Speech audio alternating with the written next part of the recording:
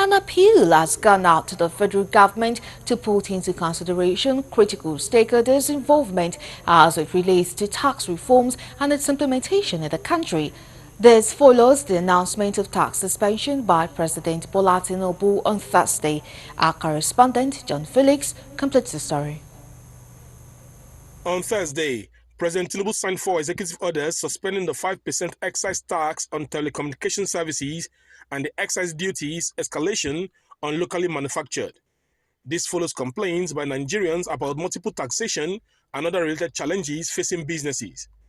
While government said the executive orders were meant to reduce the negative impacts of the tax adjustment on businesses, a key stakeholder in the transportation business and the Ogun State Secretary, Road Transport Employers Association of Nigeria, said the multiple taxation has continued to affect their business.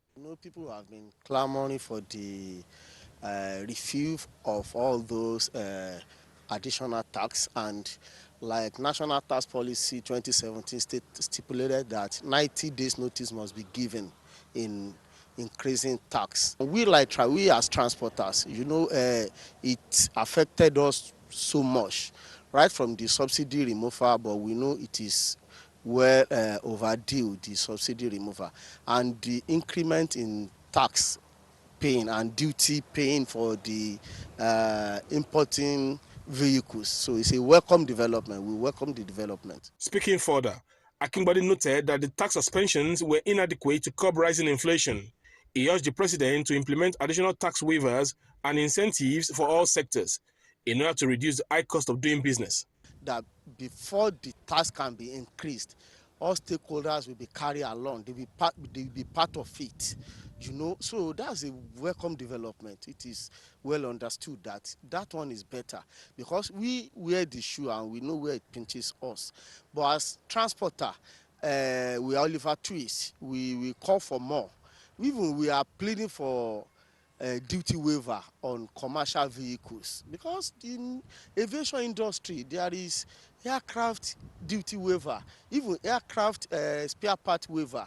They are enjoying it in aviation industry, and with that we are running road transportation, and the populace, over 90 to 95% of people engaged in road transportation. Only a few people engage in air transportation because of the cost and accessibility and some other factors. So we are pleading for the federal government if they can give us duty waivers on commercial vehicles. So we will welcome it, and it will give us more accessibility to purchase those vehicles, because the prices now are very, very outrageous, and the subsidy removal affected us most.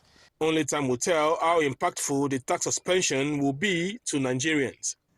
From Abeokuta, the Ogun State capital, John Felix reporting for Galaxy Television News.